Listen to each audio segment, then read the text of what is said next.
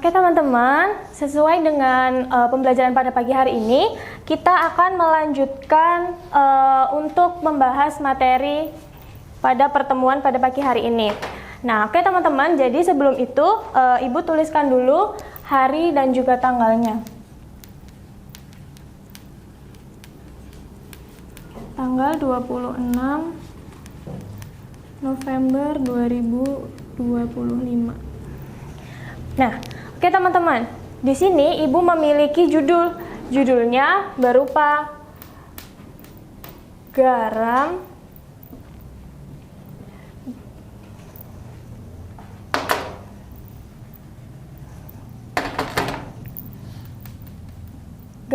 kok basah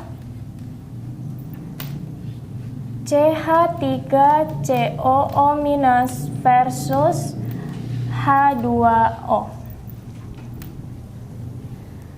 Nah, sebelum itu teman-teman, kalau Ibu menyebutkan garam, apa yang terlintas di pikiran teman-teman tentang garam?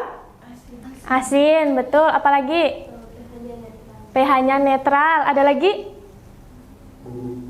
Bubuk. Garam larut dalam air tidak? Larut. Oke. Tapi teman-teman, dari yang teman-teman sebutkan tadi, yang perlu kita garis bawahi adalah garam bersifat netral. Kenapa garam bersifat netral? Ada yang tahu? Oke. Jadi teman-teman, kenapa kita harus garis bawahi? Itu kebanyakan orang berpikiran bahwa garam itu bersifat netral. Padahal ada garam yang justru kalau dilarutkan dalam air, dia akan bersifat basa. Bahkan pH-nya bisa mencapai rentang 8 sampai dengan rentang 9. Nah, contohnya apa, Bu? Contohnya itu adalah garam CH3COO. Ya, betul, COO-Na.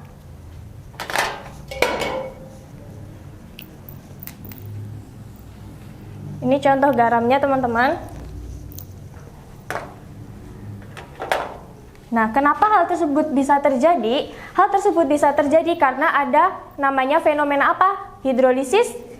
Hidrolisis garam.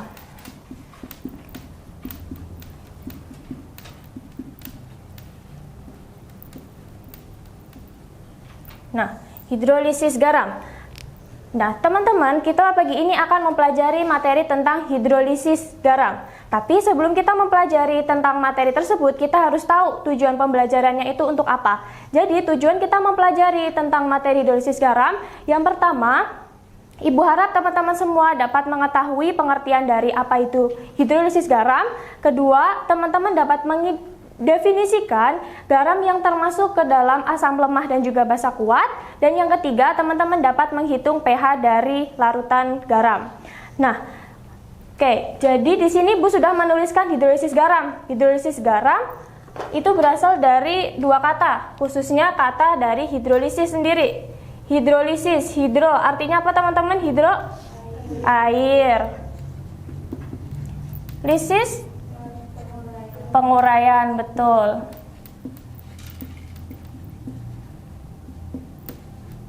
Oke, jadi dapat kita tarik kesimpulan pengertian dari hidrolisis garam itu apa? Penguraian. Oke, penguraian garam oleh air.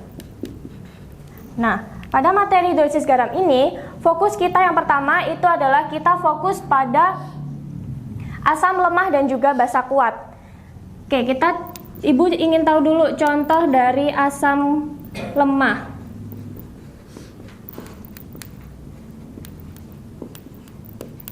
Ada yang tahu contoh asam lemah apa? HF. Oke, CH3COOH. Ada lagi? HCN. Oke, kenapa disebut sebagai asam lemah, teman-teman? Ada yang tahu? Oke, jadi asam lemah itu tidak dapat terurai.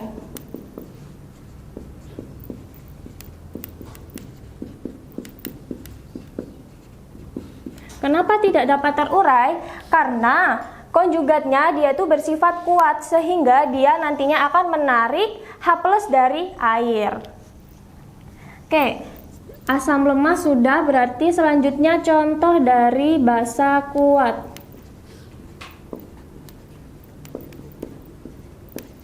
Contoh dari basa kuat apa teman-teman? Oke, NaOH, KOH, ada lagi? Oke, BaOH2. Oke, kenapa disebut basa kuat? Kebalikannya dari asam lemah berarti dia dapat terurai.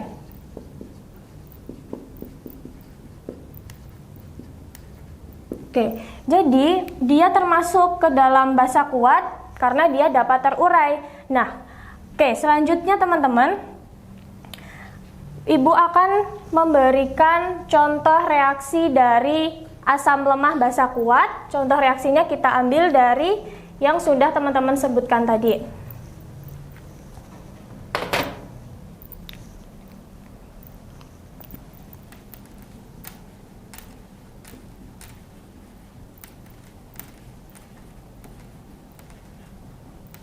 Contohnya apa? Kita ambil yang CH3COOH sama NaOH.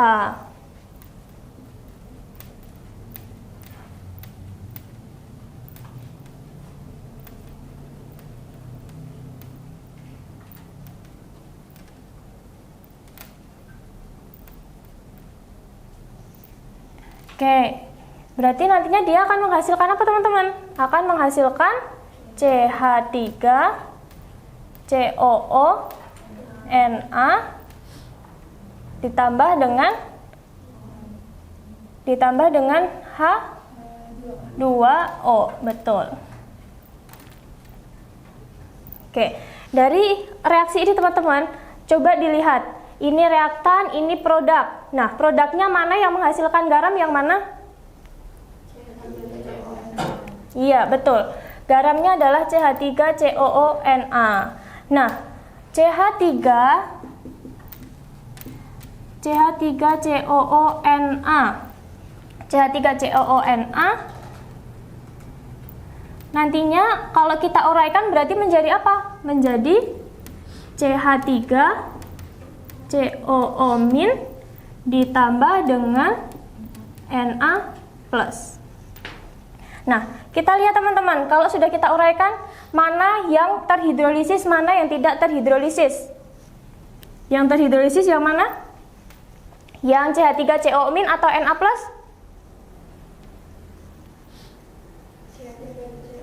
Iya, betul sekali. Jadi, yang terhidrolisis adalah yang CH3COO-. Kenapa CH3COO- teman-teman? Karena CH3COO- nantinya kita akan tambah dengan H2O sehingga akan menghasilkan CH3COOH tambah OH-. Nah, kita lihat di sini hasilnya ada garam sama ada OH-. Kalau ada OH berarti dia larutannya bersifat basa. Betul, larutan bersifat basa. Gini teman-teman. Buat reaksi ada yang ditanyakan? Belum. Oke, kita lanjut ya. Di sini Ibu punya contoh soal TKA teman-teman. Contoh soal larutan CH3COONa memiliki konsentrasi sebesar 0,1 m dan diketahui Ka atau tetapan ionisasi asam lemahnya 1,8 kali 10 pangkat minus 5. Hitung pH larutan. Oke, larutan CH3CONA memiliki konsentrasi sebesar 0,1 m dan diketahui Ka-nya atau tetapan ionisasi asam lemahnya 1,8 kali 10 pangkat 5. Hitung pH larutan. Nah, yang pertama kita harus lihat dulu teman-teman, kita harus tulis dulu yang diketahui. Yang diketahui apa aja? Oke. Jadi kita di sini menggunakan garam CH3COONA. Garam CH3COONA. Terus diketahui konsentrasinya.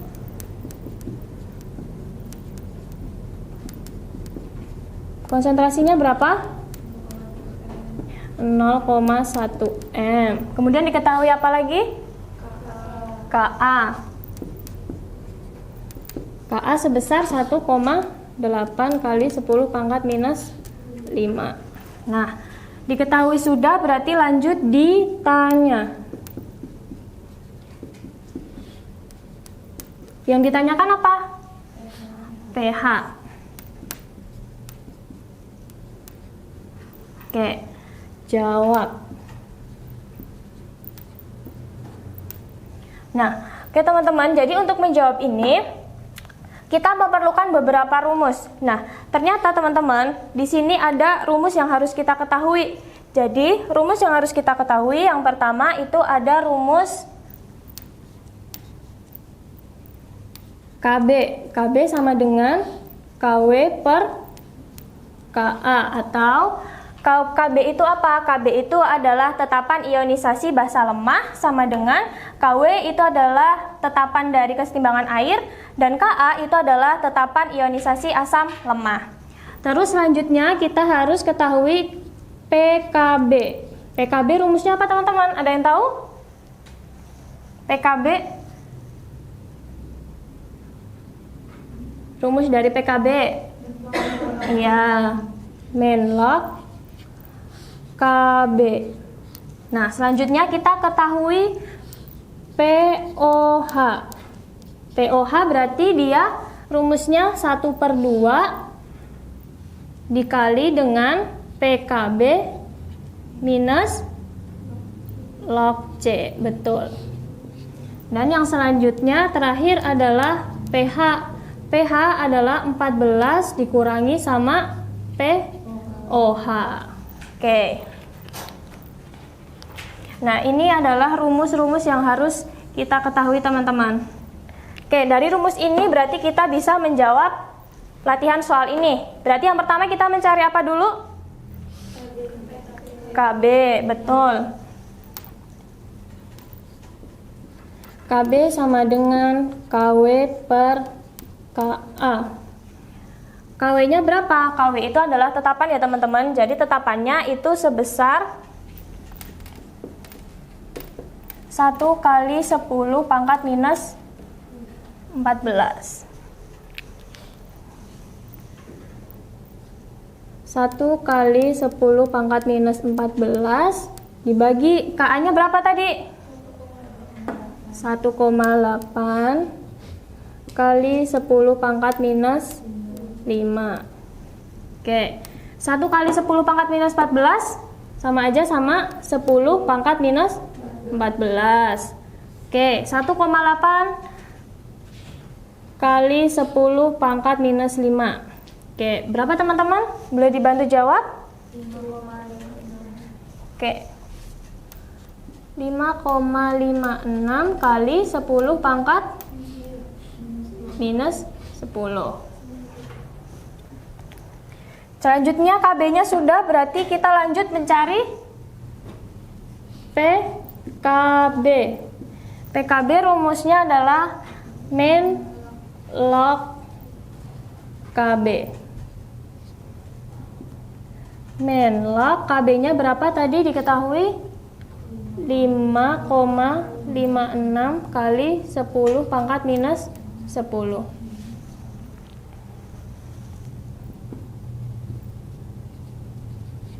Nah, log 5,56 kali 10 pangkat minus 10 berapa teman-teman? Kita bisa tulis dulu dengan log 5,56.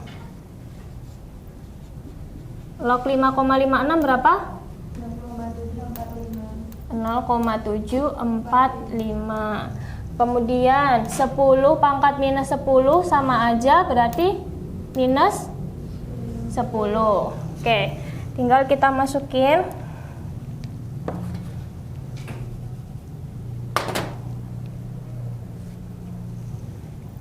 nol koma 745 minus 10.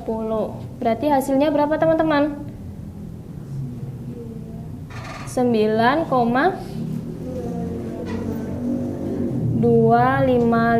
atau 9,25. Oke, KB sudah, PKB sudah, berarti kita lanjut ke POH.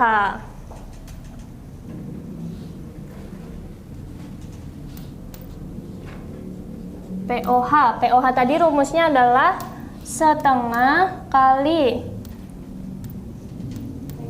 PKB minus min log C. Setengah PKB-nya kita dapat 9,25 log C. Log C-nya berapa teman-teman? C-nya kita ketahui tadi berapa? 0,1 M. C sama dengan 0,1 M. Log 0,1 sama dengan berarti berapa? Log 0,1 min 1. Oke, tinggal kita masukin.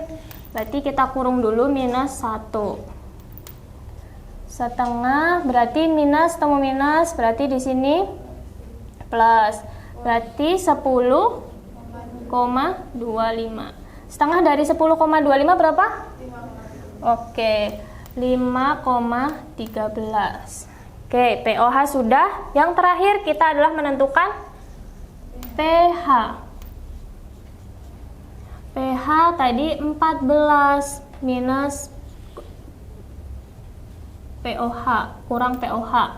14, POH-nya kita dapat 5,13, berarti 14 kurang 5,13? Oke, 8,87. Nah, jadi pH-nya diketahui sudah kita jawab itu sebesar 8,87. Nah, 8,87 termasuk ke dalam sifat apa? Sifat basa, betul. Sifatnya adalah basa. Oke, jadi sesuai ya teman-teman. Jadi 8,87 itu adalah sifatnya basa. Nah, Bu sedikit mengulang teman-teman. Jadi hidrolisis garam tadi itu adalah suatu penguraian garam oleh air. Terus juga contoh-contohnya ada asam lemah itu ada HF, ada CH3COOH, ada HCN. Dan basa kuat contohnya ada NaOH, ada KOH, dan juga ada BaOH 2 kali gitu. Nah, dari reaksi ini teman-teman dapat kita lihat jadi yang terhidrolisis itu adalah yang CH3COOH dan yang tidak terhidrolisis itu adalah yang mana? Yang Na+. Oke, mungkin ada yang ditanyakan teman-teman? Oke, kalau belum Ibu cukupkan ya.